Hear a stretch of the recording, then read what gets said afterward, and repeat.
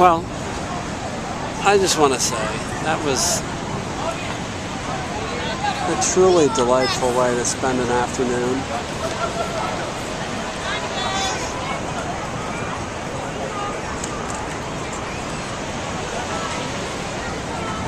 Niagara Falls is, for a kayaker, kind of like Mecca is for the Muslim, or Rome for the Roman Catholic.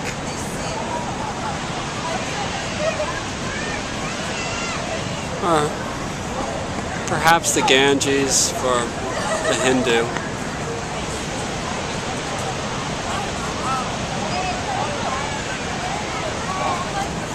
We kayakers do have a place to come.